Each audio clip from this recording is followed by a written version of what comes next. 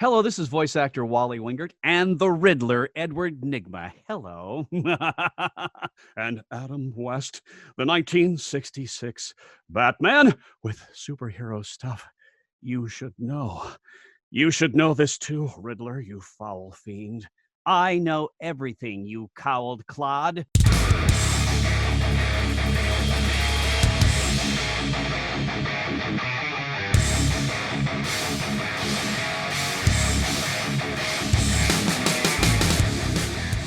Riddle me this, riddle me that.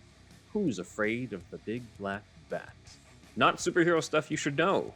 This is the Big Ben Bat, and with me is Andrew Powder Keg full of balls the third. So there was a full of balls the first and the second. Yes, there was a long line. Again, my father and his father before him. And everyone was full of balls. Yes, indeed. And another riddle. What superhero podcast has gone from 3 to 2? That is us, because our third co-host, Zach, the Joker from our Joker Fireside Chat, is out this episode. No, he was not taken hostage by the Riddler. If you follow Zach on Instagram, you might have seen that Zach is now a father. So, can you believe that shit? Yeah. What a slacker. Priorities are clearly not in check, so he's not able to make recordings. But he'll get his act together at some point. But yeah, no, we wish Zach and his wife and his family and the newborn our best and stuff. So that's awesome. And, it's awesome. He's a dad. He's on paternity leave, basically, from the podcast. Don't know when he's going to be back. So we're figuring this out as we go along. Yes. So yeah, he just had to start a goddamn family all of a sudden. God damn it. I mean, there's more important things than talking about the Riddler? To be some jackasses on the internet? All right, well, at some point he'll be back, but until then Until then, we can go back to I guess just you and me, my friend, on this. This is how it's been before the time of Zach. Indeed, yes. Yeah. So we've done the unmade versions of Penguin and the unmade versions of Catwoman. Let's talk about the unmade versions of the next major Batman villain we're going to see on screen soon, and that's the Riddler. So, unlike the previous episodes on Penguin and Catwoman, where I started about, the scripts that led up to Batman 89, we're not going to start with 89. We're actually going to start much earlier with Batman 66. So here we go. Here's Frank Gorshin up here.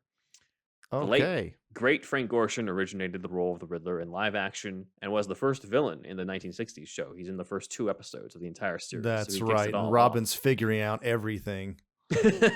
Too. Though Batman does end up correcting him. Like, Robin figures out the riddle, but then Batman figures out towards the end, like, well, no, actually, it means this, Robin. Yeah, that's true. That's true. So that ends up helping. But this basically catapulted Riddler into the A-list category of Batman villains, thanks to Gorshin's portrayal here. And Gorshin himself is nominated for an Emmy for his performance throughout the first season. I forgot about this. Yeah, I didn't know about that. Okay. Yeah, so I think he was the only one, which is a hell of a compliment, considering you've also got Burgess Meredith, Cesar Romero, Julie Newmar, George Sanders, like all these big time actors, and he hits it really big with this one with the Riddler, and it sets the tone for the Riddler in general for the rest of the legacy. Also, Gorshin was uncomfortable wearing this leotard outfit that the character was known for, so they're like, we'll put you in this suit, a business suit type of thing with the bowler hat. Oh, yeah.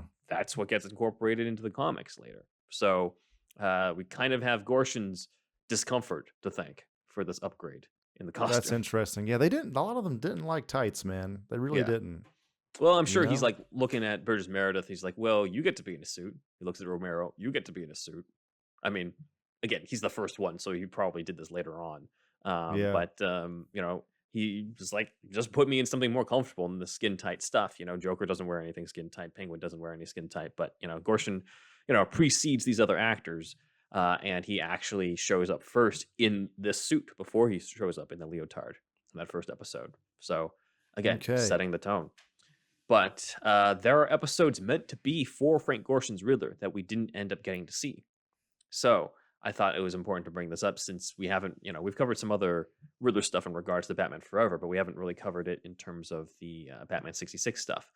So he wasn't, real quick, he wasn't A-list before this show? Not really, no.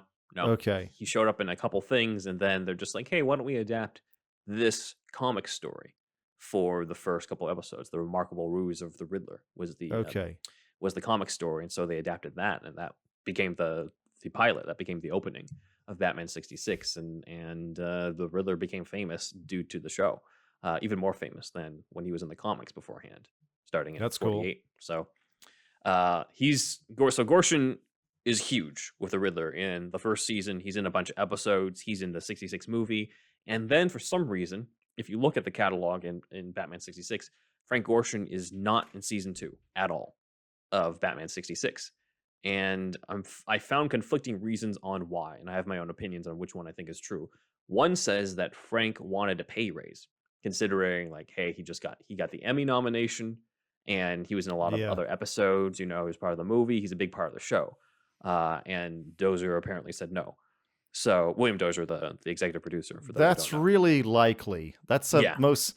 Was it Occam's razor? Like he did win an Emmy. Like he probably did deserve. I think he was nominated. I don't think he won, but still nominated. He's the only one nominated. Yeah, exactly. And he's in a shitload of episodes. Also, it's like you can understand why. Yeah, and he elevates this character into pop culture. So I get it. The other account is supposedly according to Gorshin himself, that he had a prior commitment to a regular nightclub gig he was working at. And I'm just like, I don't know about that, because I'm just like, if you had a regular nightclub gig, then wouldn't you have had that in the first season as well? That can't be paying more than this show. This is the hottest show at the time. Yeah, and also we've watched Batman 66. Most of the stuff is during the day. Yeah, that's true.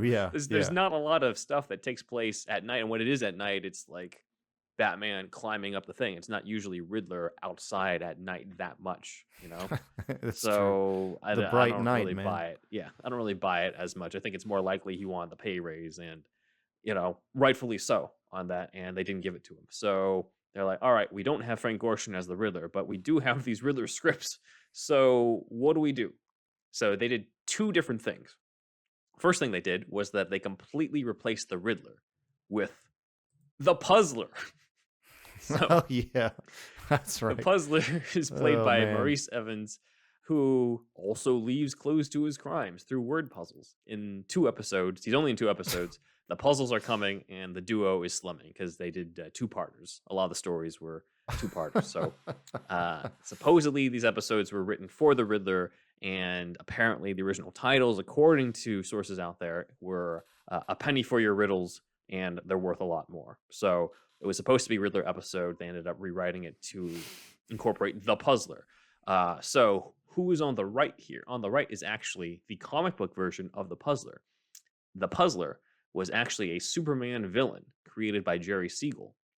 However, I don't know if this was deliberate. I feel like this is a coincidence. They're just like, we don't have a Riddler. Let's just do a guy similar and do, I don't know, the Puzzler and stuff. Because I don't think Dozier has the rights to Superman characters. So that's true. It could be a coincidence, but it's kind of funny. Like it's almost a crossover, and they didn't even know about it. Yeah. Also, funny enough, the Puzzler is created in 1942 for Superman. Riddler is created in 1948. So Superman had a puzzling villain before Batman did.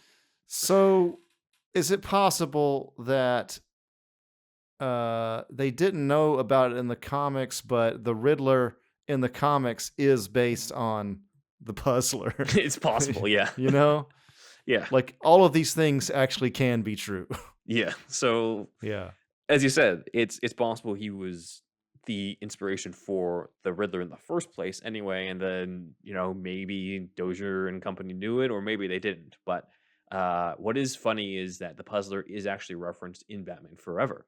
Jim Carrey's Enigma is like trying to brainstorm different names, and one of them is the Puzzler, most likely a reference to the 60s show, of course. Yeah, for sure. So The puzzler left riddles or puzzles on balloons, which is basically word puzzles. It's the same shit. Let's be honest. They try to differentiate him from Frank Gorshin's Riddler, though, by changing his personality. So he is a Shakespeare quoting gentleman type. So he's kind of like the Penguin in terms of personality. Okay. This just feels like ripe to bring back in some way for in Rebirth. Like the puzzler versus the Riddler. The Riddler's Yeah, just like, you're yeah. just a ripoff. Something like that. Or he starts out in Superman Rebirth and there's a crossover there. I don't know. There could be something fun there. Bringing Clue Master 2, and it's just like the war of riddles and puzzles and clues. I'm losing my fucking mind with these goddamn riddles and puzzles and goddamn clues and shit. It's like that was the worst summer. It's like in Hush. You really are a piece of shit villain.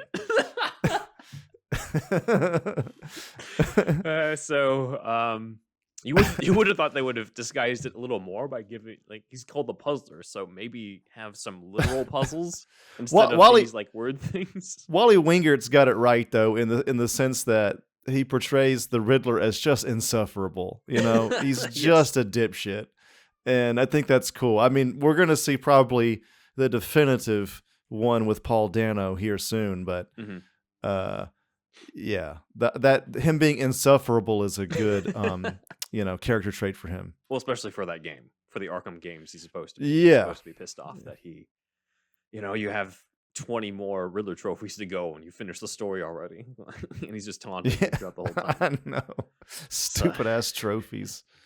The puzzler, does not. He pretty much has riddles. Let's face it.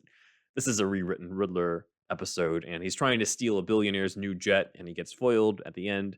I was hoping that there'd be a little bit more of taking advantage of the opportunity that, Batman does quote Shakespeare as well to sort of use with the puzzler. The puzzler quotes Shakespeare, Batman does as well, but there's not. I wish there was something where Batman's like, well, I'm a fan of the Bard as well, and then you cut to like the Shakespeare head, on the desk, because like, it's in every episode. So like, you would have thought that they would have at least brought attention to it, but not in that episode. And it's not the only Shakespeare quoting villain. The Archer did that too in another episode. So I'm like, this is an interesting trope that keeps carrying over.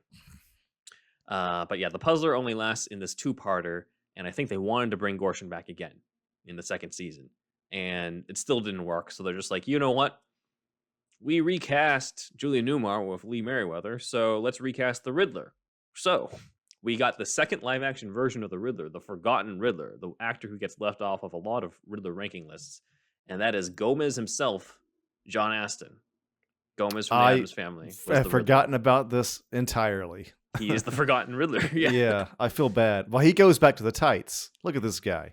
Yeah, he's in the tights in both episodes. I watched them recently on it. And, like, look, if John Astin had originated the Riddler role, then he would have been fine. But the problem is you can't help watch this and be like, you're not Frank Gorshin. Yeah, and that's the problem, Like that's a problem, Astin tries to do his own thing. To his credit, he doesn't try to impersonate Frank Gorshin. He tries to do his own thing, but it's just... watching it is just a weird, like, you're a stand-in. And it's that's how powerful Frank Gorshin is, that when you make John Astin one of the big TV stars of that day and age, feel like a stand-in for your character. Yeah. Because it just shows how iconic he is. But Astin's big contribution to the mythos, though, is this question mark Kane. That he's okay. Was that his idea, though? I don't think that's his idea, but it comes in his specific episodes. And I don't think it comes back when Gorshin returns in season 3. So okay. Oh, okay. Yeah. I don't know. It's just such a specific style of acting too. Like it's hard. It'd be hard for most actors probably to really nail that. It's a very specific and wacky tone. Yeah.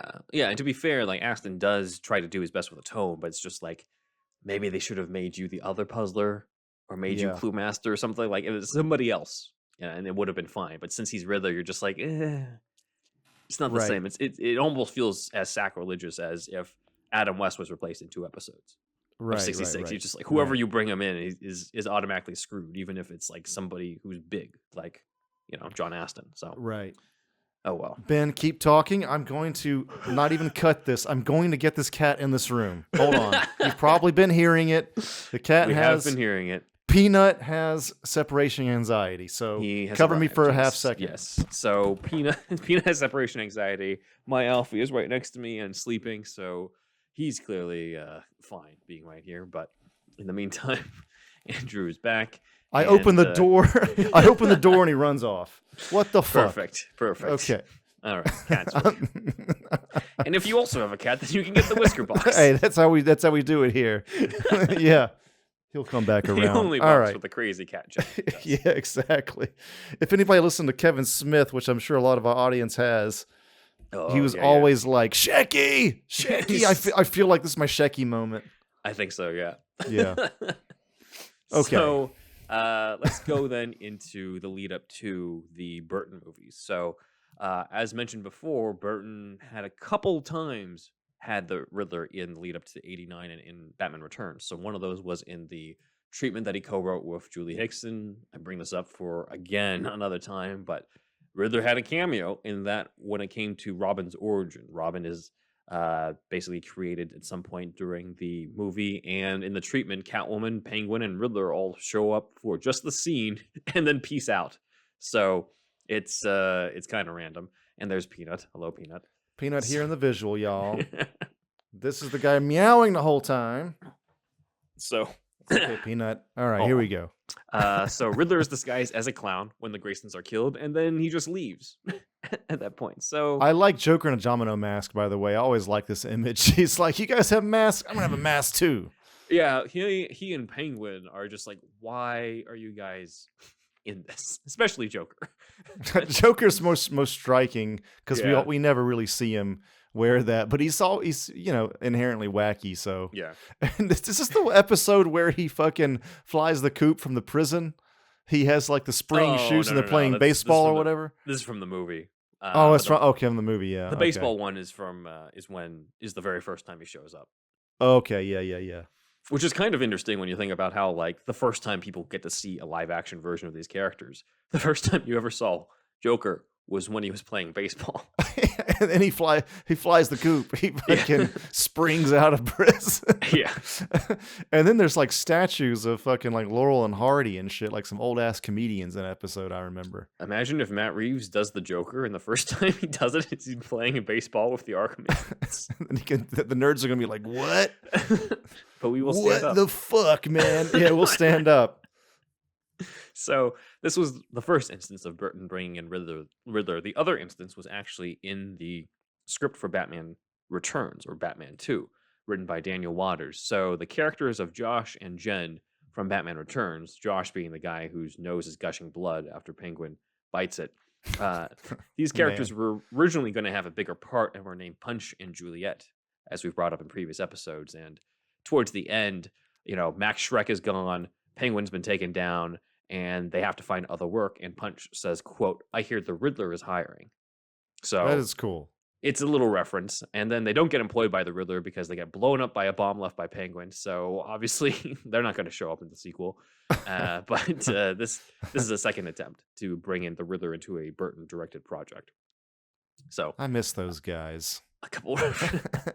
Looking at them now. Punch and Juliet. What a dumbass name. I kind of wish that Josh would show up later on in the movie, but with like a bandage over his nose or something. Something to carry that over. That would have been funny. McDonald's has just saw that scene and they were like, I don't know. I don't know about this. I don't know anymore. Get your Happy Meal toy with a nose gushing blood, Josh. Squeeze his nose and blood comes out. It comes in a package to Penguin and him and a fucking bite off nose. That would have been amazing. Actually, McFarlane should do that, man. Come on. And then there's a penguin when you squeeze it and like the bile comes out. Dude, that'd be so cool, actually. That'd be amazing. Yeah. So that would be cool. I mean, the 90s were also the time of gross toys, if we remember. So Gak and all that. Why not? Come on. Yeah.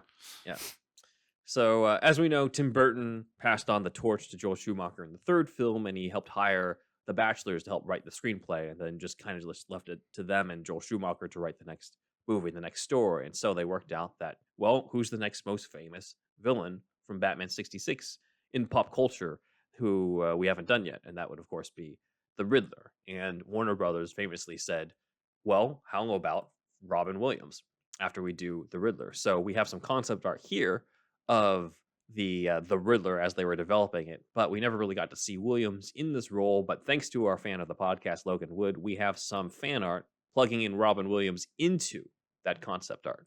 So this was concept art by Carlos Fuente, and Logan put the Robin Williams face into this.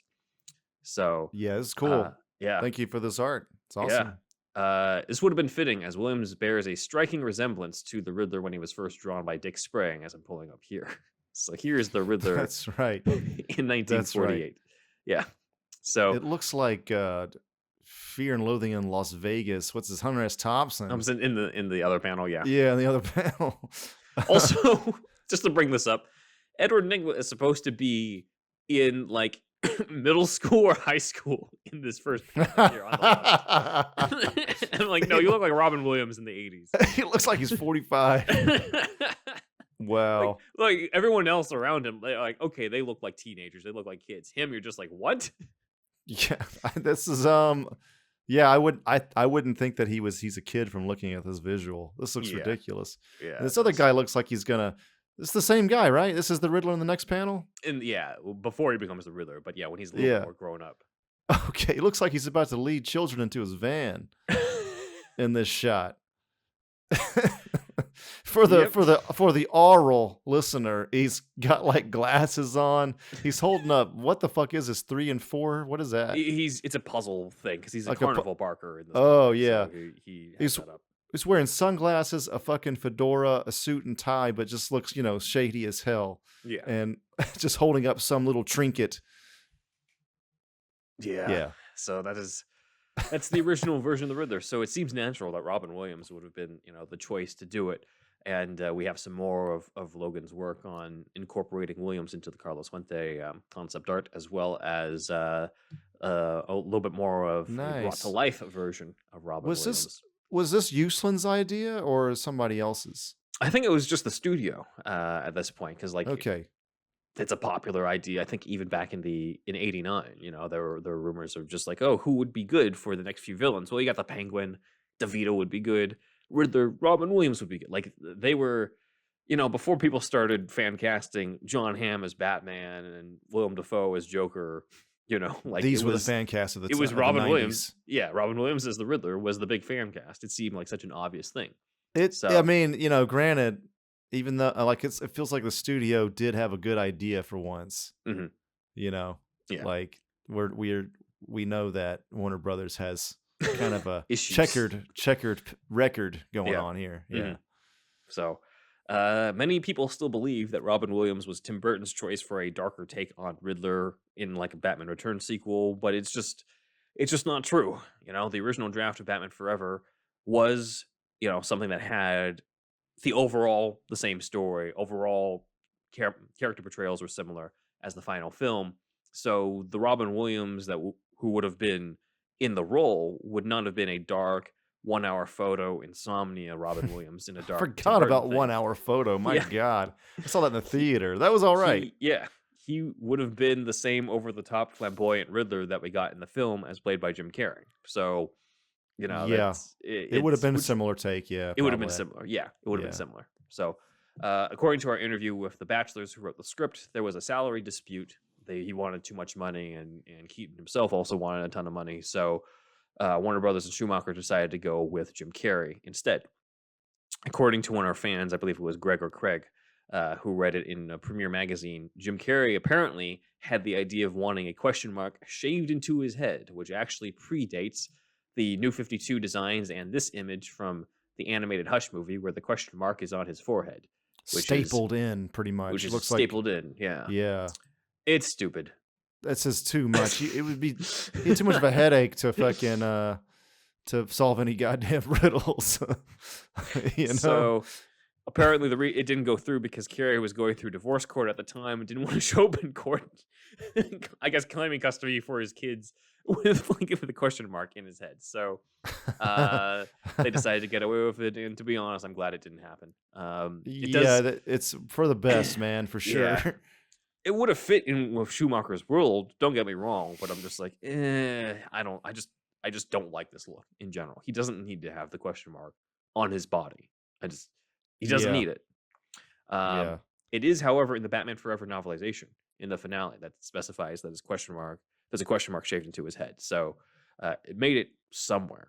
But okay, they didn't go with this. So instead, thanks to Logan, who sent this to Zach, we have some behind the scenes test photos of Jim Carrey in the Riddler outfit. So this, on first glance, looks pretty close to what we got. But if you look a little closer on like the bottom two photos, it looks like Jim Carrey's not actually wearing a mask. He's got what looks like eye makeup around his eyes. They're doing the Arrow season 1 thing. Yeah, this is pre-Arrow. This is the Stephen Amell thing of that. So it's interesting that they considered that. And also I think the material is different on his costume. If you take a look here, it's almost like this. It almost looks like this velvet pajama type of thing. Looks comfy. Yeah. Probably more comfy than the actual thing. It's channeling Gorshin for sure. I could see Jim Carrey being a huge fan of 66 Batman.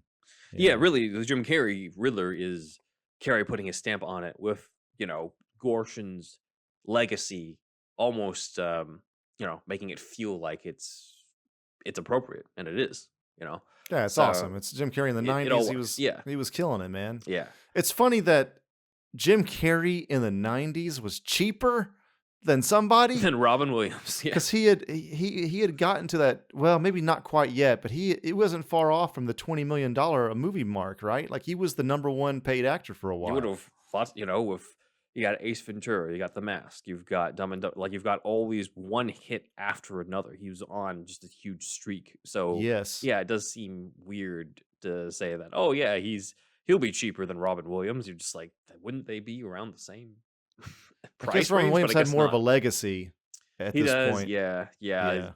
He'd been in a lot more movies, so I guess so. But in general, though, Carrey got the part, and this is the final look they went with, as done in the poster with this pose of his two elbows together. So this was my costume when I was a kid. Yeah. For Halloween one year, and I was self-conscious because it was just a tight leotard. I was walking around school at night for the Halloween party there or whatever. Oh man. They might have done some photoshopping in the crotch region on this. Yeah, it's possible. Poster, so that you wouldn't see anything. But it's possible. This shows everything, dude. This fucking costume. The Jim Carrey Riddler is easily identifiable from other Riddlers by, I think, the red hair, which, overall does bring up a good point that is underrated about this version of Riddler, which is that it is the first time, I feel, ever, that it makes sense for Riddler to wear a costume. Because in previous versions, it's just like, you kind of already know it's Edward Nygma. In the animated series, like, he's easily identifiable. Batman already knows who it is. He doesn't really need to do this duality thing, but Batman Forever specifically makes Riddler a sort of mirror image version, a funhouse mirror image version of Batman and Bruce Wayne, where they're just like, there's Batman and Bruce Wayne, there's Edward Nygma and the Riddler. People don't know that they're one and the same. So Edward Nygma looks like regular Jim Carrey, and then the Riddler is in this flamboyant, bright green leotard outfit with the red hair and the mask, and like from a distance, you're not going to immediately think like, oh, that's Edward Nygma, head of Nygma Tech, because you're just distracted by the bright colors. So I think that is something that people don't talk about that much. Everyone's just like, oh, Jim Carrey was just being Jim Carrey and that, but like, there's so much stuff about the Riddler in this movie that people don't talk about in terms of cool stuff they added. Bruce and being jealous, right? Yeah. And when we cover this in the Patreon, because in the Patreon we're covering the different like comic book origins, I was kind of looking at all the different origins of Riddler because we did have the Bachelors on, and the Bachelors were just like, there wasn't really an origin of the Riddler when they took up on the script. And people in the comment sections were just like, well, yeah, there was in the comic. And like, yeah, there was the animated series beforehand. And I was just like, I agree. There was an origin in the comic. There was an origin in the animated series. Here's the problem. Those origins sucked. That's where he gets like a leprechaun outfit or something from the circus. Not even that. That's actually in one of the drafts here, but they didn't even have that back then. It was literally just he's a smart dude. He likes puzzles and he wants to feel smart, so he's just going to dress up and fight crime in a green outfit with question marks. He just loves Rubik's cubes and Sudoku and Wordle. And that was before Wordle. The Wordler, dude. That's the new one. The Wordler. Yeah, and so we'll go more into it on that because I'm sure people are just like, well, wait a minute. Because you can't go buy the fucking comics if the source material really does suck. It's when you take a stamp on the fucking mythos. That point, Bill Finger, really gave us the quintessential superhero origin with the whole death of Thomas and Martha Wayne. He did not apply the same energy to the origin of the Riddler. Let's put it that way. He was more of a hero guy. Wasn't really the villain guy. Yeah. I mean, didn't Jerry Robinson make fucking Joker? Yeah, but Bill Finger was the one who came up with the chemical bath origin. Oh, okay. So we did have that. Okay. Yeah. So he's got. Okay, he's good at that then. Mm-hmm. Never mind. I take it back. It's still better. It's still better than the Riddler origin, where it's literally just like, I like puzzles. I'm smart. Let me take on the Batman. It's like, really?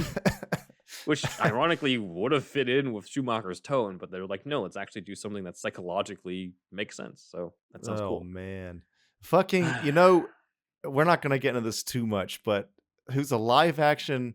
If you watch the fucking QAnon documentary on HBO, that guy is like a real life fucking Riddler.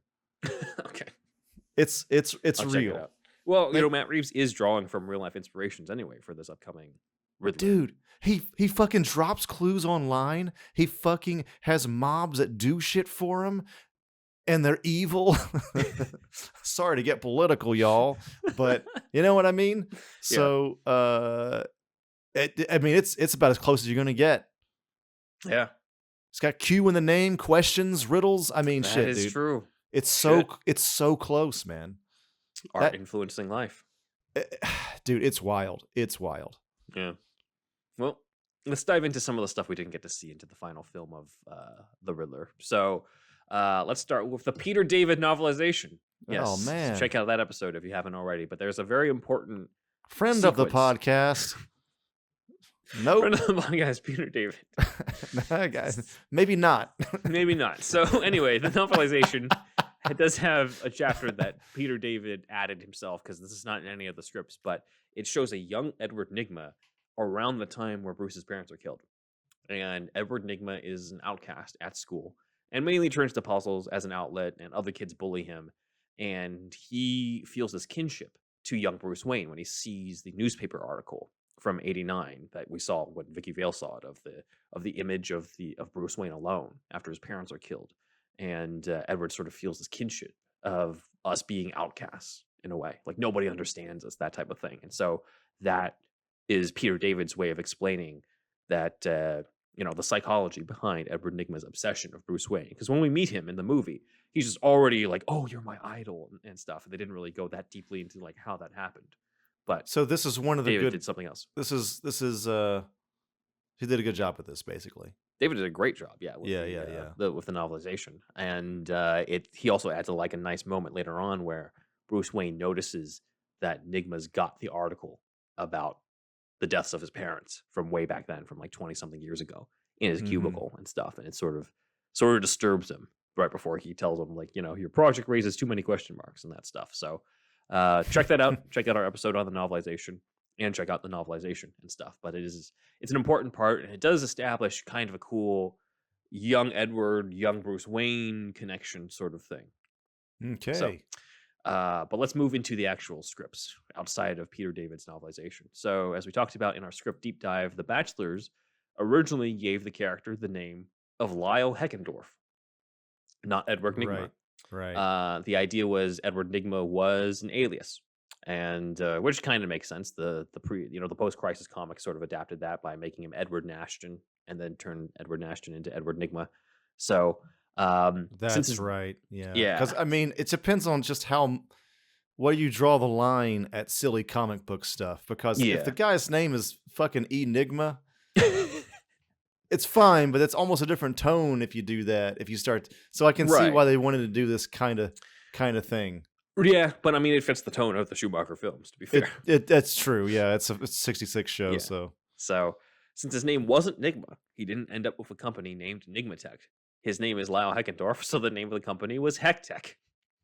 So Hecktech, yes. I think we went over this. Yeah, and instead of bright red hair, he would have had magenta hair, as described in the script. And I didn't really see this brought to life until I saw this concept art by Carlos Fuente that Logan was redoing the Robin Williams art over. But this is the original concept art that sort of brings that Lyle Heckendorf Riddler to life. It looks like he's got like Doc Martens on, like he's punk rock a little bit. Yeah. Big shoes. Big Doc Marten shoes. So, yes. Yeah. That's cool. So we have some concept art here as well of Lyle, aka Edward, using the box on his boss, Stickley. Really interesting hairstyles. Looks like he's basically got shaven sides and then a lot of hair at the top. Yeah. Very interesting concept art here. In this scene, Edward uses the invention the box on himself and on Stickley, but in the original Bachelor's script, he also would have accidentally uploaded a crossword puzzle program into the computer, which then would go into his brain, explaining his obsessions with riddles. It's unnecessary. I'm glad they cut that. Yeah, I'm glad that's cut. It probably would have been delivered via floppy drive too. Yeah. Floppy disk. Yes. So, we did not have that. But there was also another scene where he would have used the box on his landlady as he is sort of playing around with it. And I didn't realize this until Dan found it on a auction stuff. But there is concept art of this scene of Edward Nygma using the box on his landlady over here. So that's pretty cool over here. So nice. This is kind of a preview for our eventual Batman Forever concept art episode that we'll do after the Batman's released. Maybe we'll wait till when Zach's back. Hello, Peanut. Peanut's back, everybody. I'm sorry. This is another Peanut break. Oh, Cats look at this. At the ready. Cats at the ready. Here we go. Finally, it's happened. We did it. Peanut. We finally did it. Alfie's like, they're gonna podcast now. Get me the fuck away. Master Bruce. Yeah, their podcast went to shit when they started talking about their cats too goddamn much. I clicked it the fuck off.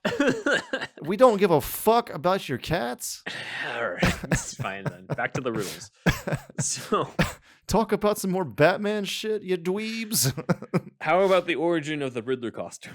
Okay, bring you guys back. So, one of my personal favorite cut scenes of this was something that Andrew hinted at, which is that in the original Bachelor's script, Lyle Heckendorf follows Bruce and Chase to the circus where they're about to see the Graysons die.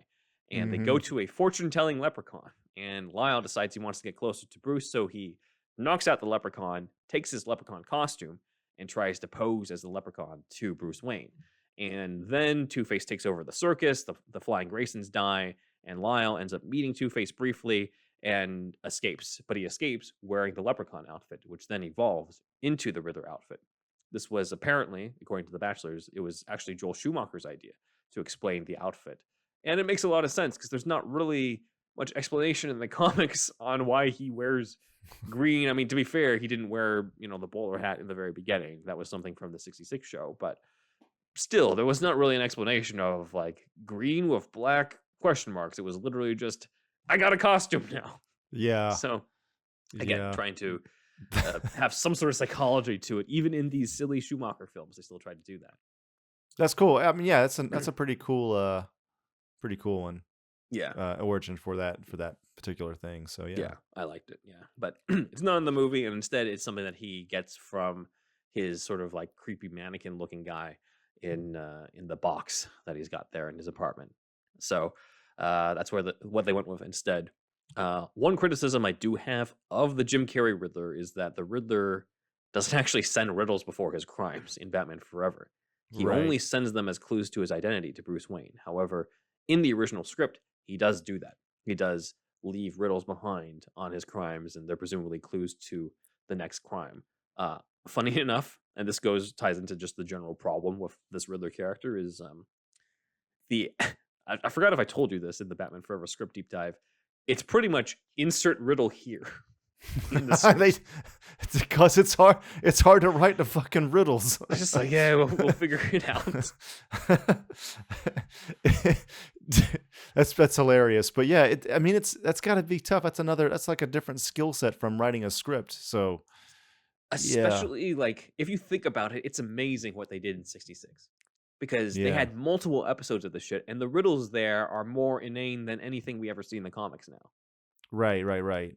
Yeah. So yeah, it just shows the level of talent that was involved, you know. So all the people who sort of like shit on '66 for being campy and stuff, you just don't appreciate the art that went into all of that. All just the creativity that you need in order to write the riddles for that specific version of the show is incredible. So yeah, I could see how it'd be the toughest part for sure for writing this character. Mm-hmm. Yeah. So they decided not to even write them in until the last minute, it seems like, or at least not in the original drafts of the script in Batman Forever. So the script does feature the riddles in there. One deleted scene does have the Riddler using the box to throw Batman off his scent and give him crime alerts in different places where he's not actually striking. So Batman hurries over and finds that he's at a beauty salon when he's supposed to be stopping a robbery, that type of stuff. So we covered this in our $10 Patreon where we reacted to the clips of deleted scenes. I'd never seen this. It's crazy, man. Yeah. Yes. There's that hairdresser's comment where she's like, a little off the ears, Batman. I'm just like, yeah, this is definitely '66 inspired because that would fit perfectly in the Adam West era, you know? Yeah. That's what Schumacher liked. Yeah. We'd also have gotten to see the Riddler's brain grow as the box sort of gives him more and more people's stuff. So he would have been like the leader in the Hulk. Yeah, that's cool. I do think that's kind of cool. It wouldn't fit his bowler hat anymore. It'd be funny if it's just like trying to fit on top of that fucking dome. And the next scene, he's just got a giant one just propped on top of there. Yeah. Had to get a new one. So. Yeah, exactly. Yeah. Akiva Goldsman, when he did the rewrites on this, he added a scene that I don't know if this was even shot, but probably not. Two-Face it is in the comic book adaptation as we're seeing here, but they take hits off of the box and it's like them passing joints to each other. So check out this bottom right panel with Two-Face. He says, "Oh my God, Jim Morrison was right." And Riddler says, "About what?" And Two-Face says, "Everything." So, man, yeah, this is they're smoking that intelligence. The intelligence, yeah. So I'm glad this wasn't in it. We didn't really need it, and there's not much that's salvageable of the Tommy Lee Jones Two-Face in Batman Forever. You kind of just have to accept him as ridiculous as he is, but don't expect a lot more depth to him in the cut stuff. Even if they release the Schumacher cut, I doubt that there's anything. So Donner Chronic. I was trying to do a callback like we love to do on this show. Donner Chronic. Check out our 5-part series on Superman 78. Oh man, yeah. At some point we'll go back, but we're just having too much fun on Unmade stuff. Well, we have a fucking Batman movie coming out. It's gotta ramp up to that. Exactly, and we have a Batman audience. Yeah. So the Goldsman draft also said that at the Enigma Tech party, he would have dressed up as Louis XIV. I don't know why. I really don't know why. I'm just like, this is random as fuck. Thank God they scrapped it in favor of what they did in the final movie, which is, again, another layer of depth that people don't talk about. Everyone talks shit about the Schumacher films. They don't talk about just, Edward Nygma deliberately has the same exact hairstyle, same suit as Bruce Wayne, does the whole mole thing so he can be Bruce Wayne. He's literally trying to be Bruce Wayne. And even though he's got the look, he's got the company, he's got the riches in the party, you can still tell it's not enough for him in the scene. I think when I saw this when I was a kid, this aspect flew over my head. Like when I saw this as an adult, when we rewatched it for that episode, I was like, oh shit, yeah, that's right. But I don't know. I was a dumb kid. I didn't get it when I saw it. I don't think this is one of those where it's not supposed to be there for the kids. Like kid, like I don't remember getting this as a kid. I just I might have gotten it a little bit when like Bruce puts on the glasses and Edward puts on the glasses, and then Bruce Yeah. takes off the glasses and then Edward takes off the glasses. Like Right, maybe I would have right, right. gotten that parallel, but like you just don't think about that stuff as kids. You're here to watch Batman fight Two-Face's thugs. You're here to watch Batman and Robin fight Two-Face and Riddler in this movie when you're a Right, kid. right, So you're not here for that stuff. They didn't have to go this hard into the into Edward's psychology for this tone, for this type of thing. right. But I just, again, it's one of the really underrated aspects of Batman Forever is the Riddler and this aspect of it, the inferiority complex, the never really getting to be who he really wants to be, who is Bruce Wayne, where he has all the stuff and it's still grating to him that Bruce is there. And you see that in Jim Carrey's performance. As much shit as people give to him just being Jim Carrey, he is playing it very much to the character's pain in the scene. Right, right, right, right. So, in the original script from The Bachelors, the Riddler also figures out that Bruce Wayne is Batman, like in the final movie. And this is before he does it in the comics when he found out in Hush. But in the movie, it's because Bruce tries to investigate the box machine, and Drew Barrymore here turns the machine back on when he's still in it. And then Edward sees that he had bats on the brain and figures out that he's Batman. Okay. Right.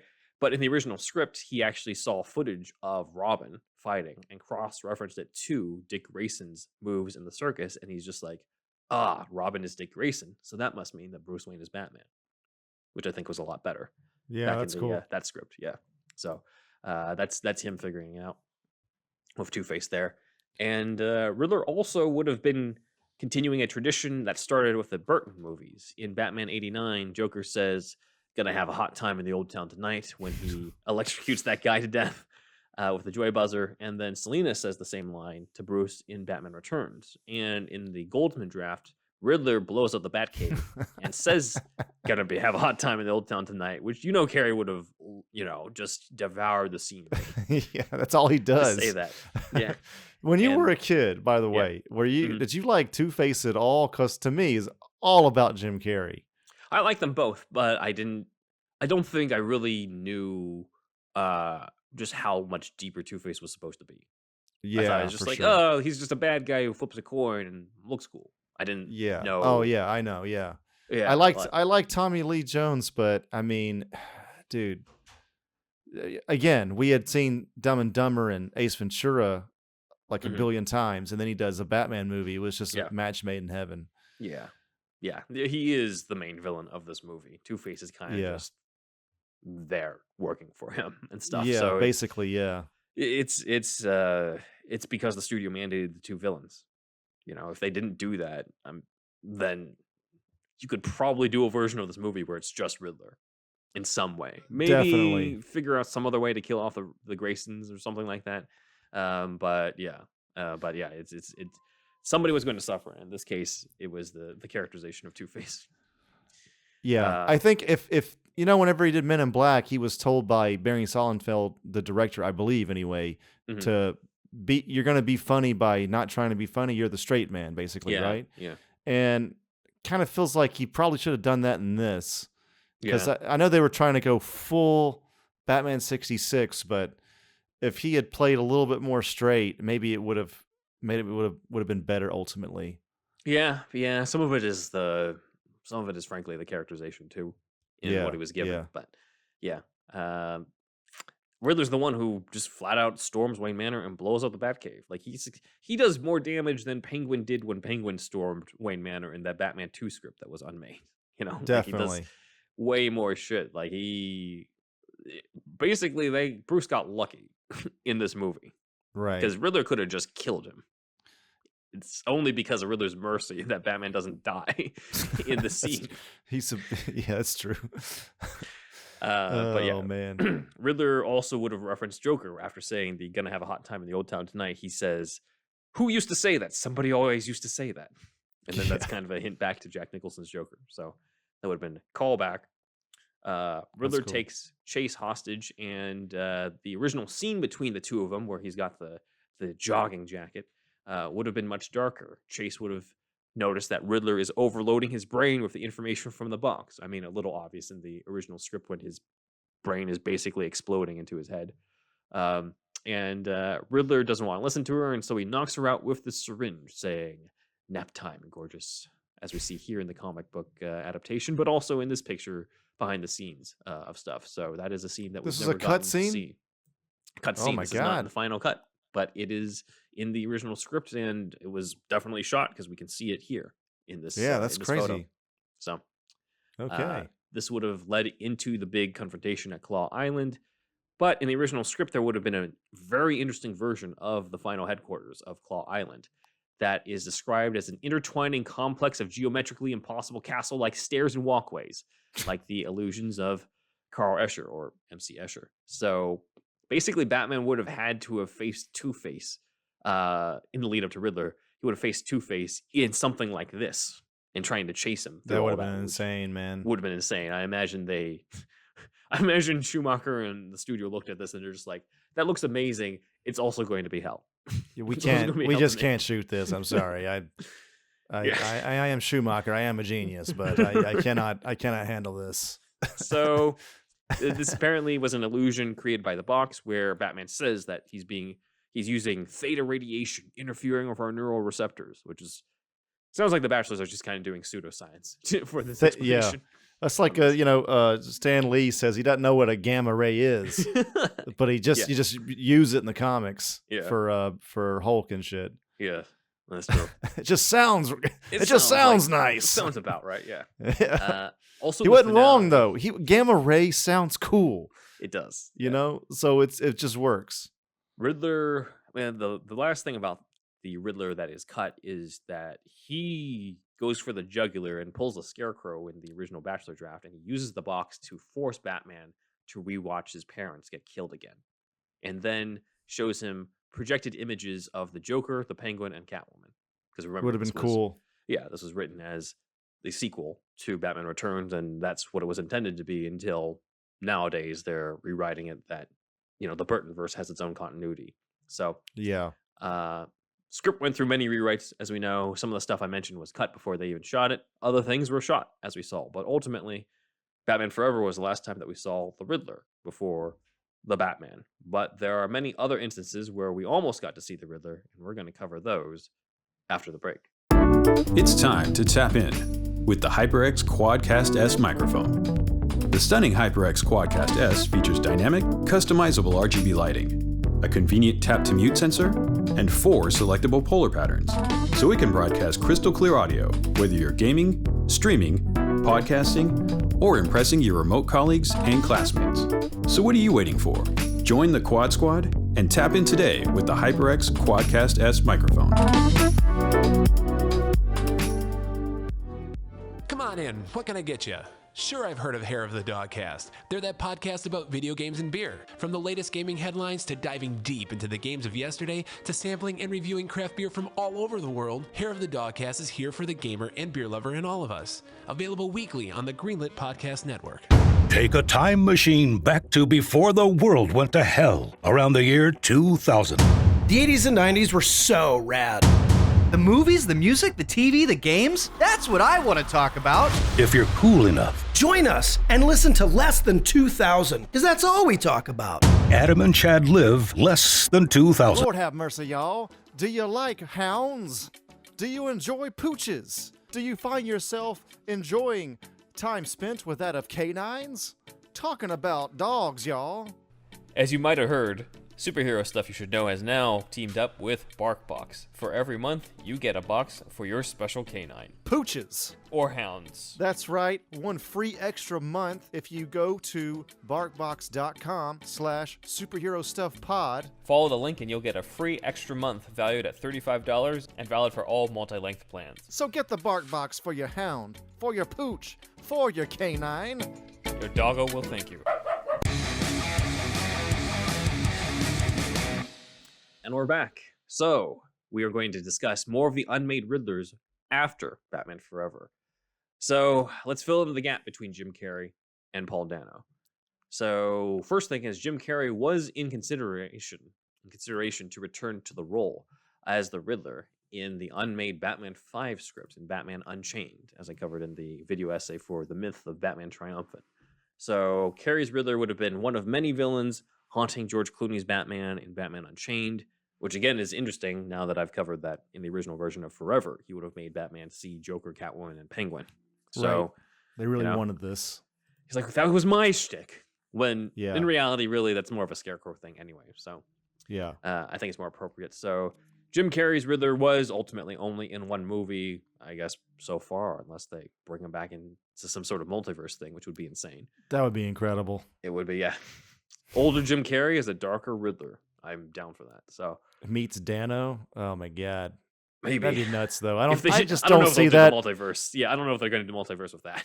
Yeah, the Reeves one is his own thing, I think. Yeah. But the animated Riddler, however, lived on after Batman Forever. So John Glover did the voice of the Riddler for Batman the Animated Series, and unlike Batman 66, they were just like, this is a tough character to write for, so let's just not do it that much. So apparently they didn't like writing the riddles, and they threw out a lot of scripts, and I guess, more power to them because they got to reinvent a lot of other characters, like, Clayface's origin, Mr. Freeze was a big one, right. Harley Quinn. But yeah, it's just John Glover is great in the role, and I do like the episodes, but ultimately I don't think the animated series version of Riddler, he's just not in the same echelon as like Mark Hamill's Joker or Mr. Freeze or any of those. It's still good. It's still a category, but it's not, I wouldn't put this in the S tier. Right. At least in terms of specific episodes. Characterization, I think, is fine, but it just doesn't make much of an impact. Does he have a question mark clause? Oh, yeah, he does. What the hell? All right. I don't know if those are those look like those are just gonna. Those just look really flimsy. Yeah, they won't do anything, dude. It look.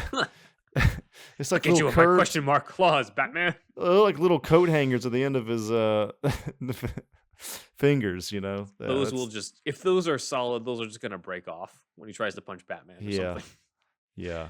So, according to a behind-the-scenes interview with Matt Wayne, who worked on Justice League Unlimited, they were supposed to, or they wanted to put the Riddler into Justice League Unlimited. He was going to be part of their Legion of Doom, because Riddler was part of the original Legion of Doom in the Super Friends cartoon.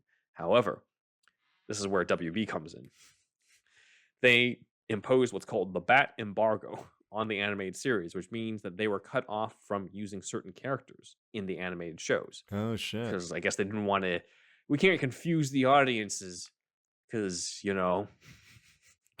we've got these live action versions of the characters, and they'll totally be confused at the same time. So for some reason, they were cut off from using the Riddler around the time of Justice League Unlimited. Was there another Riddler around at the time? I was just thinking that. Like what? I don't think so. So That's weird.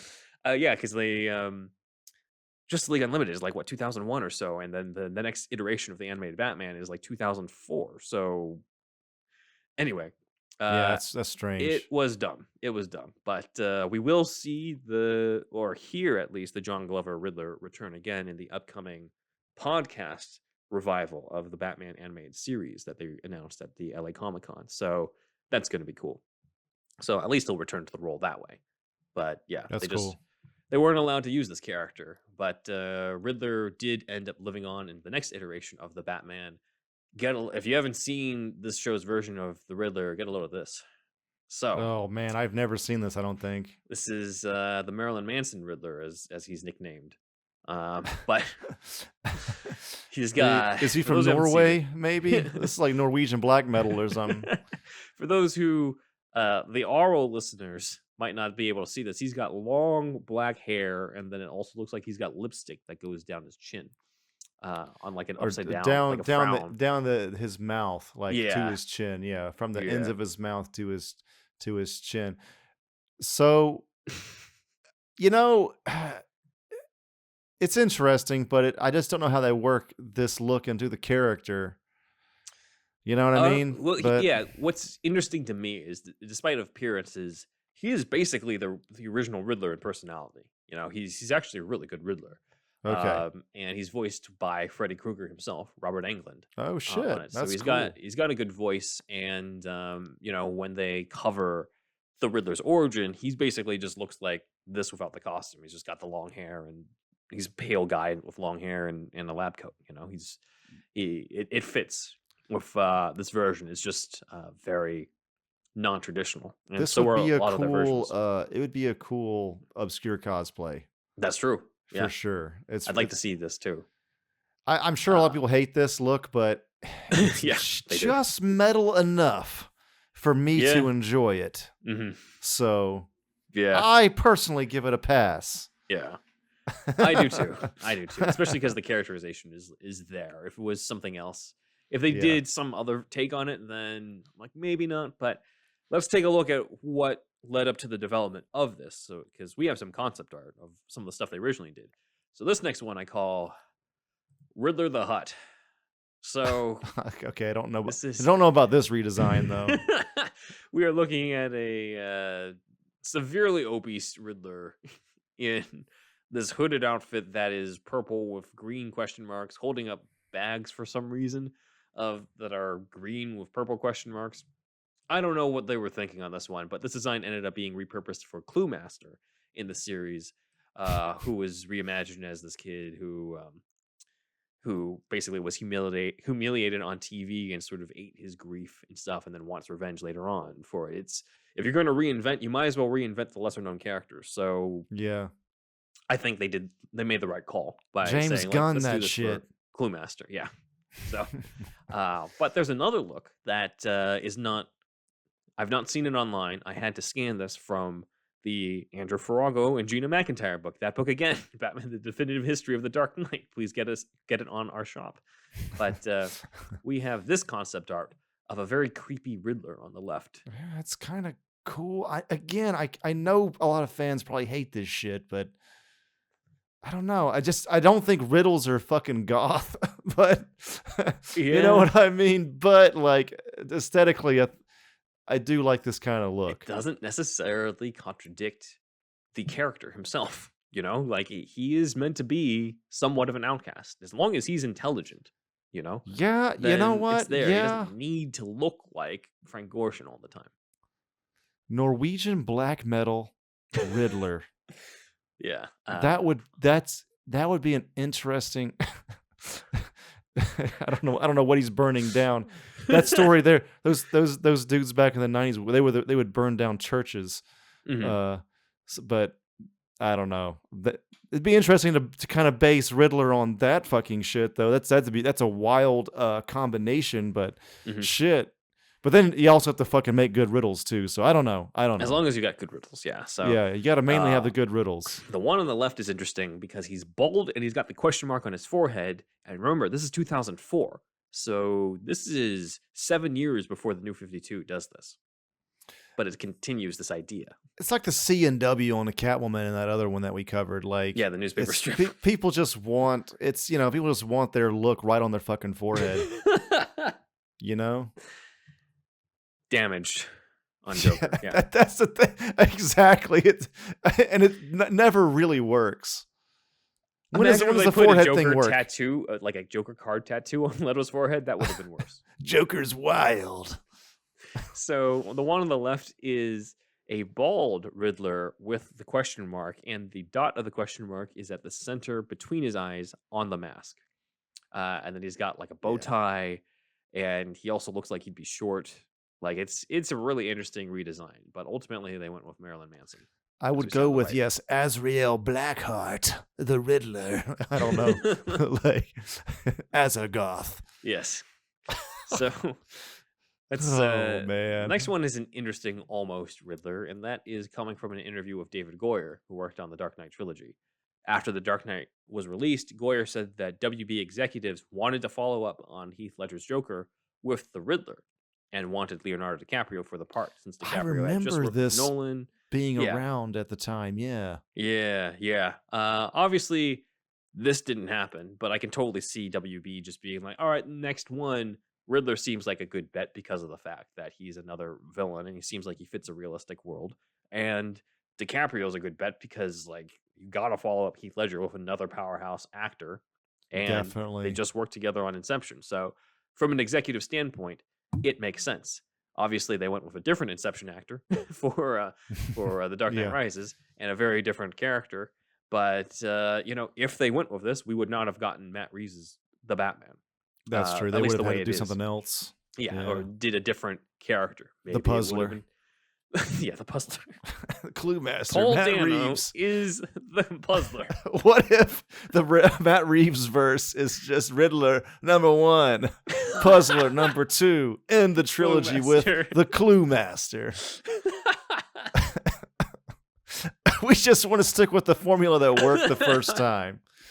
Oh, these fucking I'm riddles. so puzzles, goddamn clues. tired of these fucking clues and riddles and shit. Something's in the way. Bunch The of- riddles, puzzles, and clues. Yeah, it's in the way of a good fucking movie. Oh man! By the way, I forget fucking Goyer has fucking full sleeves. He's Yeah, been he does. he grew up going to punk shows or something. Looks like. Yeah. Yeah. It does not look the way that you would think a writer of comic book movies would look. Yeah. So, this didn't happen for The Dark Knight Rises, and I think it's for the better on that. Let Nolan work with the characters he wanted to work with. However, I did want to bring up and go into a rant on this fan theory. So, Oh according to God, some yes, this was people- a big deal at the time. Some people believe that we have seen the Riddler in the Dark Knight trilogy. It's Mr. Reese, the guy in the Dark Knight who tried to blackmail Bruce Wayne because he figured out that Bruce Wayne was Batman. Does he do any riddles? No. Is his name Edward Nygma or Edward Nashton? No, his name's not even fucking Edward. They think that he is the version of the Riddler because his name is Mr. Reese, and that sounds like mystery. And I'm just like, if that's the case, then the Dark Knight trilogy has the worst fucking version of the Riddler ever.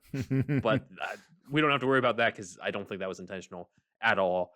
This is a stretch.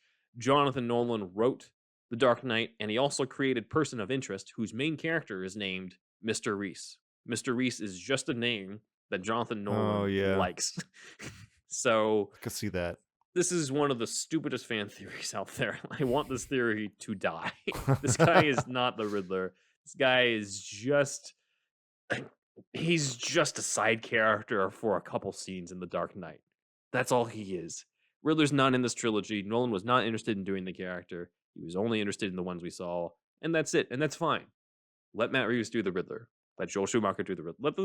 Let the directors who like the Riddler do the Riddler. We don't need to force the Riddler into the Dark Knight trilogy. He's not. Right. So Nolan had no interest. Zack Snyder, on the other hand, seems to have interest. So in Batman vs. Superman, we obviously met Ben Affleck's Batman, but one thing we didn't get to see in the Batcave that was apparently a prop there, according to an auction, was this shirt.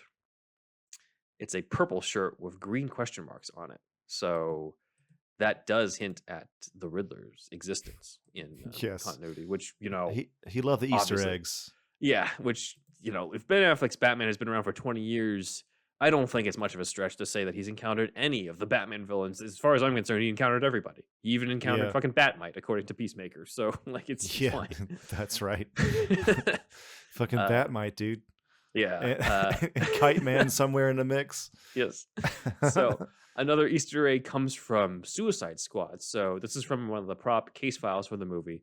It said that Killer Croc had Penguin and Riddler as henchmen, which is... It feels like a stretch. I don't see any universe where Killer Croc employs the Riddler. But That's wild. let's keep in mind, this is a file prop on screen. I don't think it's really canon. They just need to write a whole bunch of shit in the files so that, Joel Kinnaman as Rick Flag is reading something on screen. That's about it. Yeah, don't put much stock into this.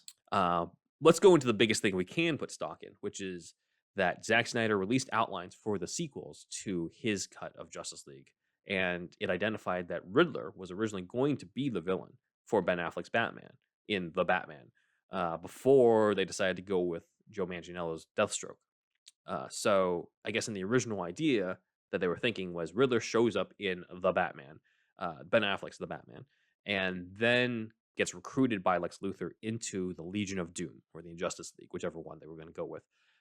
And he's recruited specifically to solve the greatest riddle of all, the anti-life equation. Yeah, that's cool. I do think that's Yeah. a good, combining the Riddler with Darkseid's whole storyline is really cool. It's good. Yeah, it is great. So we don't really have anyone who they cast in the role because they didn't really go forward with that. But one thing that I did not show in that episode when we covered the Justice League sequels was that Jim Lee did the storyboards for this, and he did draw the Snyderverse Riddler. Here he is. We got the long hair from the Batman animated TV show again. They like this fucking like rocker. Here's your Riddler. Norwegian rocker. Yeah, no, yeah. He just needs what they call corpse paint makeup, which is like the black and white. Looks like Kiss, but more evil. Like, what if he's got a white face with that black question that would mark? be kind of sweet too, yeah. Or like Metalocalypse, that TV show sort of makes fun of that kind of thing too. Yeah.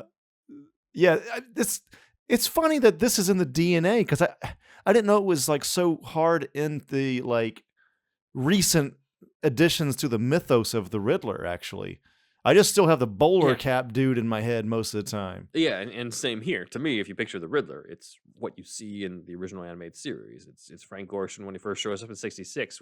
Now everybody's trying to do this reinvention of the Riddler from this rocker look to the Zodiac Killer, as we're seeing it in Reeves' The Batman. So it's interesting to see them branching out into different takes.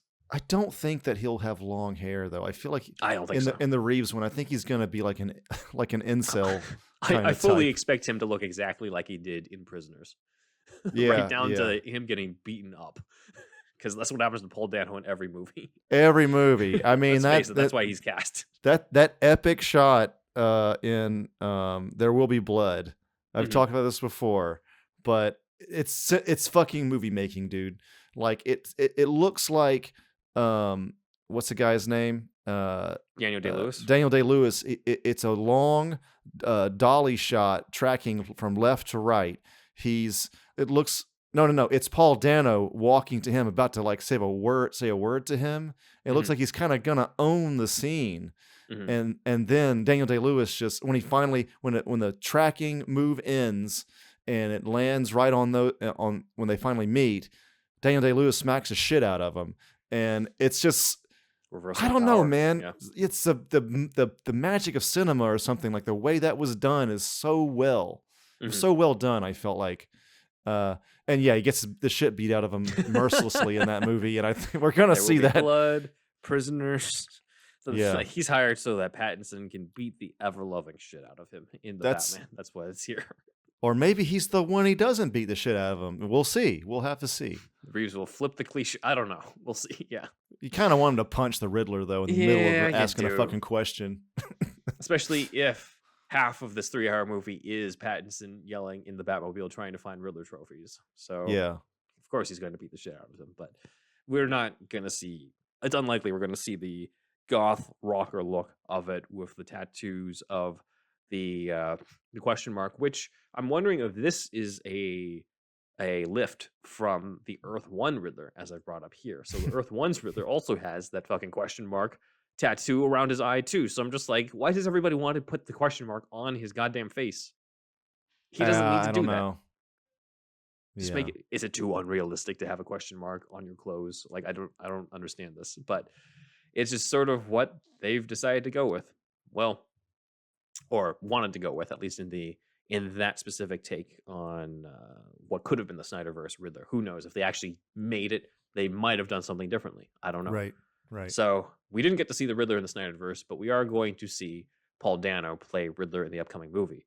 Apparently, though, Dano was not necessarily the original choice, which is kind of hard to believe considering how perfectly cast he is. Reports say that Jonah Hill was in heavy consideration, offered both Penguin or Riddler. I think he would have been better as Penguin, but Dano got the part, and I think he's just a better choice. You know? Yeah, he's just got the look. Yeah. I'm really excited about Dano. Yeah, in this role, and here he is. Yeah, here we are. We finally made it. Look at this guy. Very much inspired by the Zodiac Killer. The outfit is less, the Dick spraying Frank Gorshin black question marks on green and more of army surplus store type of look. I mean, even this face thing, right, is something anybody can buy at an army surplus store, right? Yeah. I forget what this shit's called, but it's like it's a full face mask that's not something made by the movie studio per se. It's a fucking army item. Yeah. So that does explain the green, to be fair. That's it's not true. A leprechaun outfit. It's not a leprechaun outfit in this world. And it's got the question mark, and it's very much grounded in serial killers like the Zodiac Killer and real life serial killers that were covered in Mindhunter, as Matt Reeves has cited. So that is the cat is going crazy today, easy man. on this Riddler. Yeah, sorry guys, Peanut I can't loves control the Riddler. this. Peanut really loves the Riddler. Everybody. Peanut is so excited for Paul Dano. Yeah. God. This is funny because I feel like if you showed me this Riddler in 2012 for The Dark Knight Rises, I would have hated it. I think I'm a little bit more accepting now for it because you've grown as a fan.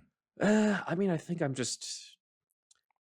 more accepting of the fact that you have to have a take on it, and having a take is usually going to mean that it's just not going to look exactly like the traditional comics.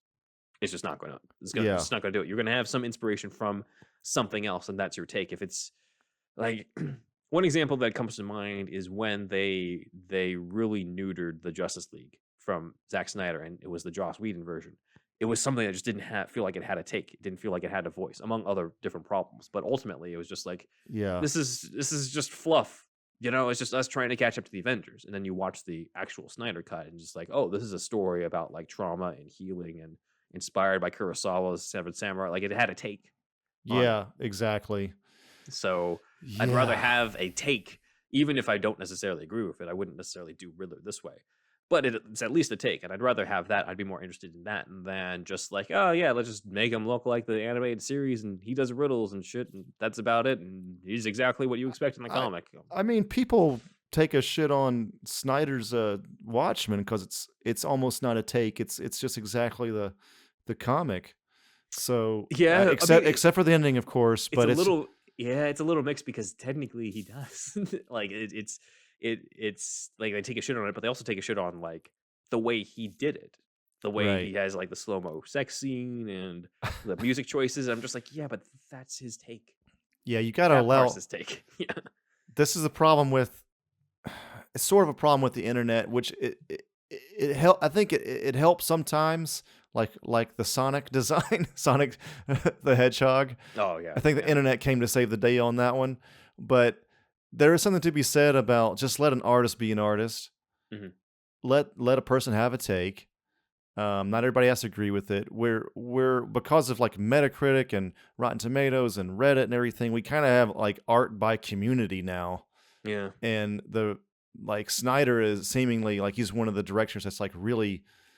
He has a take, like we've said, but he seems to really like have his hand on the pulse of the internet forums as well. You know what I mean? Mm-hmm. So yeah, that art by committee is not always good, man. Like really good art is something that not everybody's gonna like, probably. Mm-hmm. That we call them 4-quadrant movies these days. I forget what each quadrant is, but it's your Star Wars, it's Indiana Jones. Yeah, it's for everybody. And Marvel and like Spielberg and shit, generally they've been pretty successful at making 4-quadrant films, but movies don't have to be that way either. Mm-hmm. Like I have a lot of friends that hate Deadpool for the humor. I fucking love it. Mm-hmm. But at the same time, that's a take. I mean, it's pretty close to source material, but still, like that specific style of Ryan Reynolds humor. Mm-hmm. That's not for everybody, man. And I get it. Like you're not a huge fan of James Gunn's humor, I think, but that's just, I'm not. It's common. It doesn't common. mean I hate it, but yeah. You don't super love it, and I think that's also a testament to what comedy does. Like comedy's super subjective anyway. So, there's my rant, everybody. I think if you have people who don't like your stuff, then that shows that you have a voice. It shows definitely. that you have a distinctive, because it's just like, if it's something for everybody, there is something a little too neutered about that. There's something a little too safe, and it doesn't feel like a voice. It just feels like you're just a cog on the machine. So, this take on the Riddler, I'm like, all right, I'm open to it. It's not something that it's not necessarily my take on the Riddler, but it is Matt Reeves' take on the Riddler. Let's see it happen. And there's nothing really saying that he's not going to evolve into a form of the Riddler business suit later on. Like everybody's evolving. Catwoman's in a fucking like ski mask beanie thing for her cowl, but it could very much change into something else. So they said it's well still they early keep days. they keep saying that Batman's kind of already more or less figured himself out. I mean, he's still got some growing to do, of course, but the criminals in this movie, what they keep saying is like they're kind of playing catch up. They're still figuring out their origin.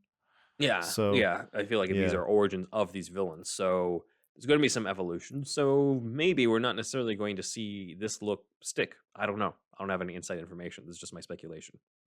We'll see. I do like this design. I think it's cool. It didn't jar me really at all. When we saw that first trailer with Something in the Way with Nirvana, we immediately this is going to be dark as hell. Yeah. You just can't. I mean, maybe you could, but this just kind of makes sense with this tone more than a guy in a bowler hat. Yeah, and I'm also trying to picture him in the standard outfit doing the duct tape thing. And I'm just like, it's not that it's necessarily cheesy, it just doesn't have the same effect. It doesn't have the creepiness to it the way that this does. Dude, it's so creepy, man. Yeah. It's so intriguing, and we're not watching the trailers anymore. Maybe he's been in the trailers, but like the trailers we've seen, you don't even see his face. You hear his voice a little bit. It's so mysterious. Like they barely show the fucking main guy. Yeah. Which I'm down for. Yeah. The more that's saved for the movie, the better. Definitely. We do know from the announcement, however, and from Matt Reeves, that he is named Edward Nashton, which this article from Inverse had this headline saying, "Why Paul Dano's Riddler casting news has us worried about the Batman. Dano's not the problem, it's his character that has us concerned." And then it cites that Dano's version of the character will be named Edward Nashton, a departure from the comic books in which he goes by the name Edward Nigma. This is one of those times that we all like. 1989 Secret Origin series. It's established Riddler's birth name was Edward Nashton, and then he changed his name to Edward Nigma, similar to what the Bachelors did with Lyle Heckendorf to Edward Nigma and the Riddler. So Reeves is drawing off of the post-crisis comics Unverse, something that was established 33 years ago. This is the thing that we talk about. Like, I love it when the director or the writer can really stick it to people that think that they know something. Oh, he's not Edward Nigma, though. What does this mean about its faithfulness to the comics? I'm just like, it's that it's faithful to the comics. It's perfectly fine, actually. Yeah. So I wanted to add that in because I know this is your favorite genre of debunking. It's up there. It's up there. I mean, to play devil's advocate, maybe the writer, they was just told to like write something real quick about this, and I mean, still they should have done the research, but these, Google it's just bullshit internet friend. articles. Yeah, that's true. Yeah.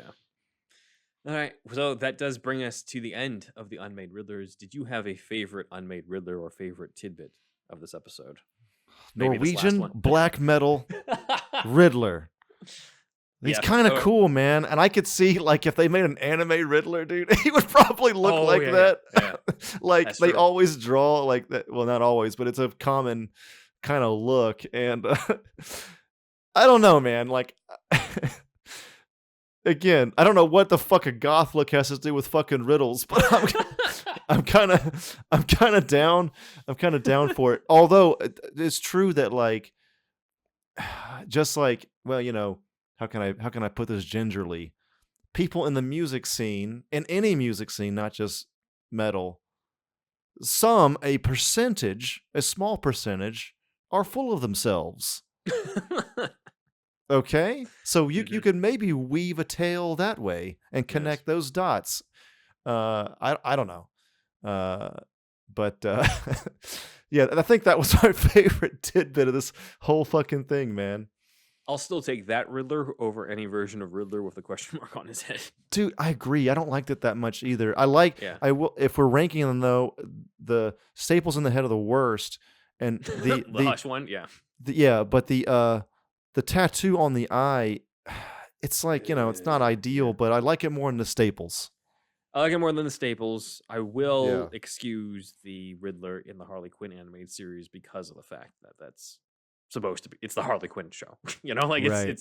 it's supposed to be a comedic take on stuff. So I'm just like, if you've got Jim Rash from Community, the dean from Community, as the Riddler, who sets up his own community college Yeah. as the Yeah. Riddler. Sure, make him bald. Give him the new 52 look. All right, that's fine. I'm fine with Yeah. that for that. I'm glad. Again, I'll take the Zodiac Killer Riddler version as well over the bald forehead question mark Riddler as well. Yeah, So, them just thank taking a God. shit on him on Hush too, which is unnecessary. But Yeah, like, I like the Riddler. Okay, I'm sure he's some people's favorite.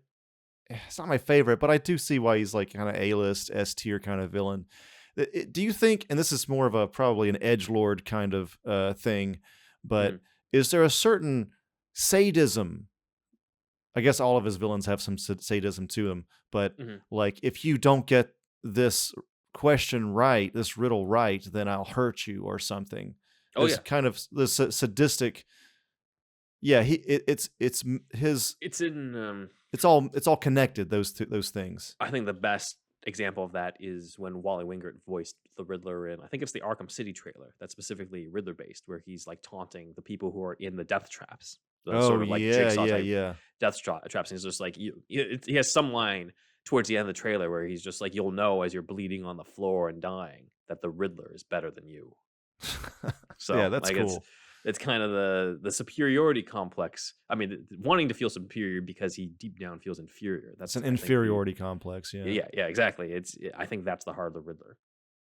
Wanting to be better than everyone else because of his intelligence. The comics show that that's what he wants to do. Even the modernized versions have stuff where he turns to the puzzles and learning things and intelligence because he's an outcast. He has no other connection to human beings. So like that's his only way to cope is like, well, I must be better than all these people in order for me to cope with this idea that I'm alone and that nobody likes me and I'm a complete loner. So that is it's the sort of the tragedy of the Riddler, because if he did use that intelligence for good, he could have been part of Batman's team.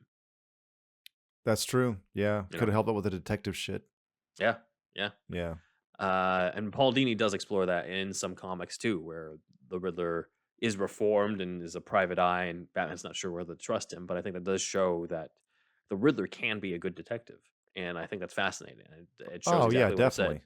It shows exactly what I said, that like the Riddler in another life, if he was a good guy, could have been a big asset. He could have been he could have done a lot of good and stuff, but he's got that inferiority complex. He wants to feel better than people. As a character, what other villains really try to really go directly against the detective aspect of Batman? That's true. That's true too.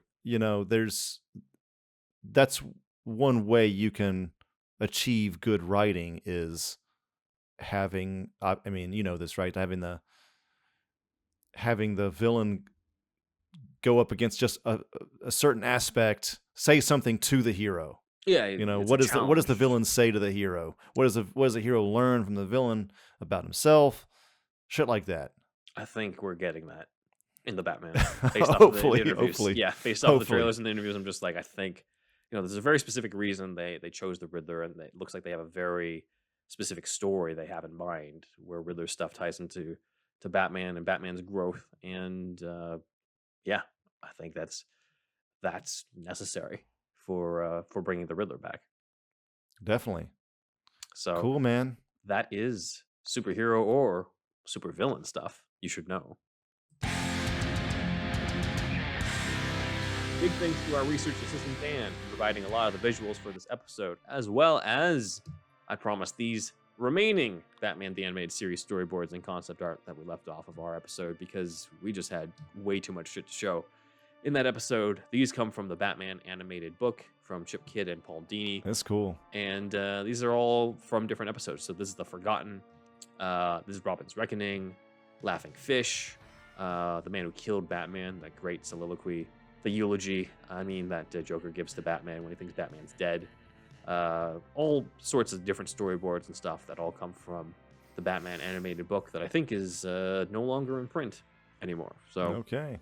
can only really see it here, or you drop $700 or something on Amazon or eBay. So damn, yeah, it's a lot. So this is really cool to sort of see the behind the scenes and the storyboards on a lot of these that is part of our childhoods, is part of what defined Batman for us. So that's cool. Looks we great. got. Well, the Joker, aka Zack, is locked up in Arkham Asylum, aka Parenthood. So for the next 18 years, he'll be back with us in 18 years. Yeah. So we're just gonna read comments here ourselves. So one comment from Jim on our Unmade versions of Catwoman. Jim says, "Wasn't there a room with some historic-looking armor on display in Justice League when Batfleck was undressing and talking to Diana? I think the armory may have had a brief semi-return there." Well, it definitely wasn't in Zack Snyder's Justice League, but it was in Justice League as part of the Reese. Yeah. Yeah. Well, that just shows how memorable it was. Yeah, I totally forgot about this shit. It just doesn't make the same impact as King of the Wicker People in '89. It just looks kind of barren too. It's like the one in '89 had like 20 to 30 pieces of armor in there or some shit, right? This has like 3.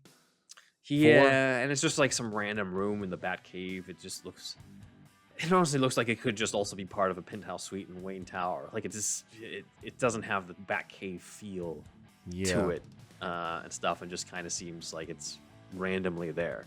So yeah. Oh well, but thanks, Jim. Jim's right on that. Next one comes from Alex Guzman, saying on the ranking the bat suits in live action film and TV. Alex brings up that Lewis Wilson's suit was actually blue, not dark gray. Okay. Now, when I bring up that Lewis Wilson's suit was dark gray, I meant the black and white stuff. I don't know what it looked like on set. But apparently, according to different sources, it may have been blue. So let us know, Alex, about the official sources on that. But what I'm showing here is a still from the movie. And on the right is a custom figure by an artist named Terry Reynolds of Lewis Wilson's Batman, but in the blue and gray version of it. So would make sense. Batman was in blue and gray at the time. Yeah. So it would make sense that his costume would have been blue when they were making the movie. However, I don't know. I do think I remember reading something, or it was an interview of Johnny Duncan, who was Robin in the next serial, that the costumes had a certain color to them, but I don't remember what it was, and I'm having trouble trying to find that interview. So help us out. Let us know on stuff, because we'll probably... Man. Peanut agrees. Yeah. Peanut's like, let us know. I'll let you know. He's filling in for Zack this episode, so... He's trying to be the Joker for the Joker's Fireside Chat. Oh my god. Yeah, he really wants to come in. He's back. Oh, hi, Peanut. This is the most he's ever been in one episode. Yes. Notice when he's on the screen, he's quiet, but when he's off the screen, he's yelling. Oh my god. All right. So that's the Lewis Wilson Batman. Thanks, Alex. Send us more info on that if you have anything else on that. Cool. Next is an email from Paul G, who's another one of our fans over in down under in Australia. That's cool. Paul says, "I'm really enjoying your BTAS podcast. I remember recording it on VHS for my son when it was first shown on Australian TV on Saturday mornings. Forgive me if I've missed it, but I grew up with another Batman animated show from 1968, Batman and Robin. I can't recall your show referring to this one at all. We did not, because we were not around at the time. I've probably seen some. I've seen some. I think this might have been on Cartoon Network a little bit. I haven't seen a whole lot of it, but I think I've probably seen an episode or two back when it aired on somewhere. I want to say Cartoon Network, because there was a time when Cartoon Network was first starting up. They didn't have any of their own shows, so they just play. It was like how Boomerang is now. It's pretty much exactly what it is, what it was. Gotcha. So, yeah, possible. Yeah, I think I've only really seen the intro stuff. So Okay. Paul says, "Can you tell us anything about this series? I assume it was heavily influenced by Batman 66. I believe they made up their own villains for the show, as well as including the usual ones. I remembered it had a catchy theme tune, which had a twanging guitar during the end credits, which he sent to us as well when I watched. So, yeah, I mean, this is not one that I'm super familiar with. Didn't make, it doesn't have the same impact as BTAS at all, but it's certainly one that we want to cover, because we want to just cover everything Yeah. on here. So at some point, we'll cover more of that, and we'll let you know. Paul says, lastly, during your podcast on BTA's Unused concept art, you were discussing the long cape having a front wrap, which you commented hasn't been in live action. You did suggest maybe when Batman is waiting for Rachel to wake up at the Batcave. Yeah, sort of, I have the image here that Dan pulled up for me of Batman in that scene where you can kind of see the cape wrapped around in the movie. I have another shot later. But Paul argues that there's a different shot that this is shown. He said, I would suggest this scene right after Falcone is cut down from the bat signal. So we have that here where it's Batman on the building, kind of mostly the silhouette of him after his first night out, and straps Falcone to the light. That is sort of the makeshift bat signal, which is cool. Yeah, that's cool. Problem is, you don't really get to see much of him. So, like, it did. Yeah. Technically, it does. You're right, Paul, on that. Absolutely. This is a cool shot. I just wish that there was a little bit more of that type of stuff, or more of the cape in front. I was thinking of this promo shot of Bale with the cape wrapped around, where it's a lot more obvious than in the final film. It's got to kind of go all the way to the center of the chest, right? It looks like a robe, kind of. Yeah, and the material doesn't help either. Yeah, it looks like a robe, basically. Yeah. If this was the Keaton type cape with the leathery look to it, then that would look cooler. But here, with the memory cloth version, it looks like he's got a velvet blanket. It looks like he's cold and he's trying to get warm. This is Snuggie. Yeah. Get your bat Snuggie, man. Oh, man. So, yeah, and I think the cape clasps on the suit are what prevent it from draping over the symbol.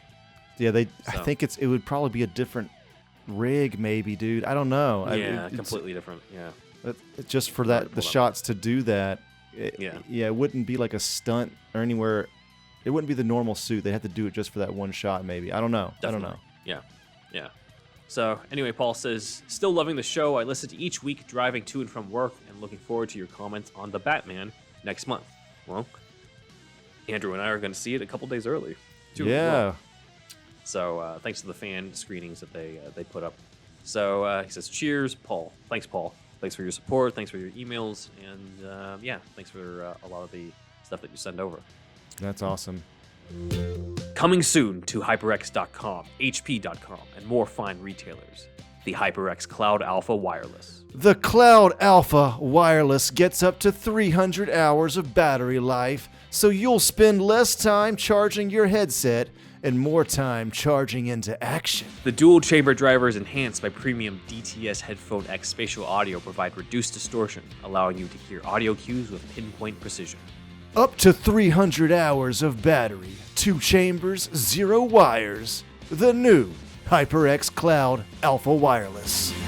Over to Andrew with the shoutouts. Oh, man. Thank you for those comments. We also want to thank Shasta, Leom O, Super Infoman, Douglas P, Dan D, Aaron Willett, Nick Noir, Jeffrey R, Asger's Web, Jeremy H, Alex of the What Mean Podcast, Ian Justice, Jared P, Jamie H, Rochelle L, Matthew B, Skylar, TD, Sketchcraft, Braxton W, Renee V, JD, Logan Wood, who is at Shane Helms 121 on Instagram, Griffin W, and Daniel V.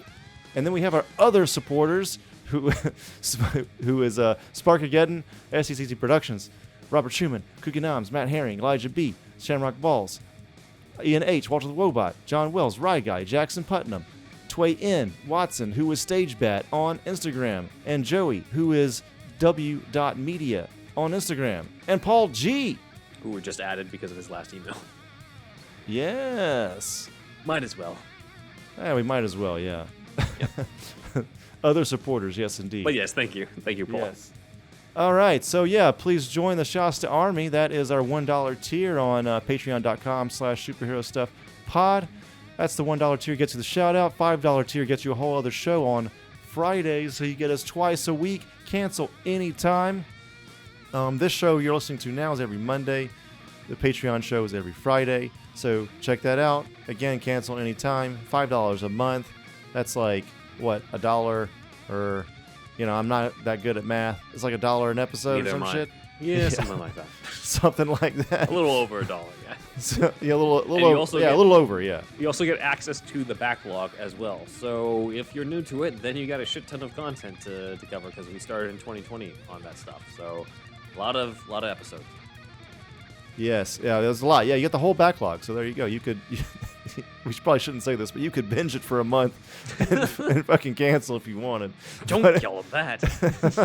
They're going to do it anyway. So, $10 tier gets you all the previous tiers plus access to the monthly meetup. You meet up with us on a Zoom-like meeting, and we all discuss a topic at hand. And that's a $10 tier monthly. It's a meetup that's monthly, everybody. So yeah, check that out. And then superhero stuff, pod merch. That's superhousepod.redbubble.com, superhero stuff pod.threadless.com. Get your Bin Man, Indeed Wizards, and that guy that's not here right now, Zacula. Yep. We finally get his shit on the store, and then he leaves because he has a kid. Anyway, yeah. So artwork. Get a Zacula baby shirt. yeah. That'd be funny, actually. So a picture of it's like a dad, father and son. They have a matching shirts. It'd be hilarious. Yes. So that's it. Artwork by Stefan Santa Cruz. Please send us audio that's trickling in. Thanks everybody for doing that.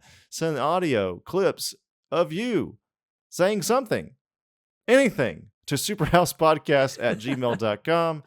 I'm Thunderwolf Drew on Instagram and Twitter. Thunderwolf lives on YouTube. ThunderwolfDrew.com has my whole portfolio of shit that I do, except for Amano Recon. That's AMANORECON.com. We are getting closer to doing more things. I know it just takes forever, man, but it's coming. It really is coming. It's R-rated, like original idea. I think Power Rangers meets X-Files meets Stranger Things, but R and bloody, but still a comedy. So, there's going to be an Indiegogo campaign for that. And that's it, man. Shout out to Comic Capital on Instagram for your support, as well as the Everything Entertainment Club on Clubhouse.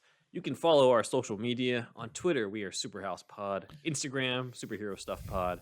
TikTok, Superhero Stuff Pod. Vero, also Superhero Stuff Pod. My website is Ben One Rider, where you can read a whole bunch of my scripts, including the Gotham script, Gotham Vampire, where young Bruce faces off against the Mad Monk. The spec script for Elementary called The Death of Sherlock Holmes, a modern update on the classic story, The Adventure of the Dying Detective. And Curb Your Enthusiasm, Disneyland, the Curb Your Enthusiasm episode that they could never make, because there's no way Disneyland would let them. And then never. YouTube channel, my YouTube channel is in the description below, where you can also check out my audio on Doctor Who, The Ronin of Time, where the 8th Doctor meets Miyamoto Musashi.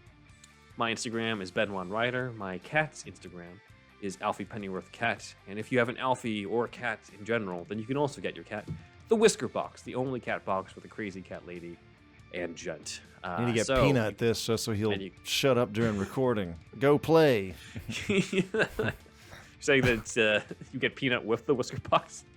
Yeah, exactly. So, but if you don't have a Peanut or an Alfie or any sort of cat, then that's fine. If you have a dog, then you can get the Bark Box. Y'all, you can give your Peanut dog Alfie exactly crossover comic. There was a brief one in this episode where we saw both of them together. That's true. Ginger cats. Yes, that's right. The Bark Box, y'all, is the Bark Box for your dog. So you can get the first month off free, valued at $35, using our promo link. Let us know if you have actually used it, because I'm very curious if anyone has actually taken this up on the offer. For the love of God, get your dog some shit that he would like. For the love of your dog, please. Yes.